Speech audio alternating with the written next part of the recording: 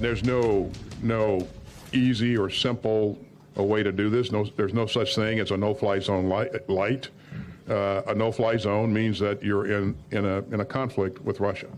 So from a U.S. perspective, our position remains that we're not going to do that. Ukraine's leaders have been begging and pleading for a no-fly zone over their country. No-fly zones prevent a country from using warplanes to attack targets in a certain area. But simply declaring an airspace off limits is not enough. That is not how it works. So for fact's sake, here's how it does work. NBC News points out, once declared, NATO would be responsible for patrolling the area with its own planes and would have to be prepared to fire at enemy ones to ensure the safety of civilians on the ground. Well, Vladimir Putin has said he would consider a no-fly zone to be participation in the conflict. That would mean NATO versus Russia. With us tonight to discuss, Admiral James Stavridis. He's a 30-year Navy veteran who retired with 4 stars on his shoulders. He's the former head of the U.S. Southern Command and former Supreme Allied Commander of NATO.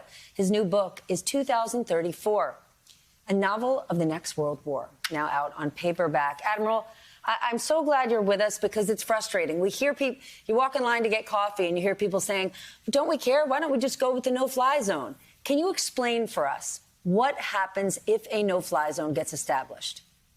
Right, Steph. For the last 2 years, everyone has been an epidemiologist.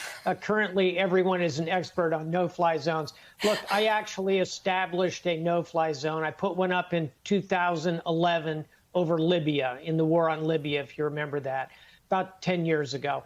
They're hard. Lloyd Austin, our Secretary of Defense, is exactly right. They're complicated. They bring confrontation. Hey, the first thing you got to do when you establish a no-fly zone is not put the jets up. The first thing you do is take out your opponent's air defense systems, because when your jets go up there, they can be shot down by your opponent's, in this case, Russia's air defense systems.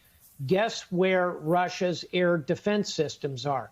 They're inside Russia, on the other side of the border. So if you're going to put up no-fly zone 101, the first thing you're going to do is knock down enemy air defenses, and that's in Russia. And that's why Ambassador Mike McFaul, who knows quite a bit about Russia, would tell you a no-fly zone is another terminology for a declaration of war. Look, we don't want to go there. Having said that, we do need a Ukrainian no-fly zone. We need to give the Ukrainians what they need to establish a no-fly zone, not a NATO no-fly zone, a Ukrainian no-fly zone. Which is what? How do we do that? We give them 2 principal things that they do not have at the moment. One is higher altitude surface-to-air missiles. We've given them Stingers. That's great. They go up to about 10,000 feet, a couple of miles. But you want to be able to reach up higher into that air stack, Stephanie, and knock down Russian higher flying jets, drones, and missiles. So that's, for example, the S-300 air defense system, kind of similar to the U.S. Patriot system. Number of the NATO allies have operated it and are even willing to give those to the Ukrainians. Number 2, I think you need to give them additional tactical jets. We've all heard about these MiG-29s. I understand the problems with doing that. I think it's worth considering how that might happen. Again, a number of NATO allies are willing to provide those jets to the Ukrainians. We ought to figure out how to make that happen. If we do those 2 things, the Ukrainians can put up a pretty effective air defense system. Let's talk about the Russians and the Russian troops, because our friend Tom Nichols posted this today. Quote, there seems to be no strategic goal left here other than to just kill the Ukrainians for their defiance. Putin, of course, claimed he was liberating the brothers and sisters of Russia, but apparently just murdering them is the backup plan. Do you agree with that? I do. And I'll put it in another context.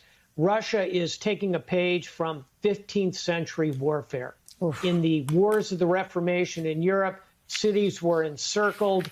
Cannon were used to simply batter them into submission.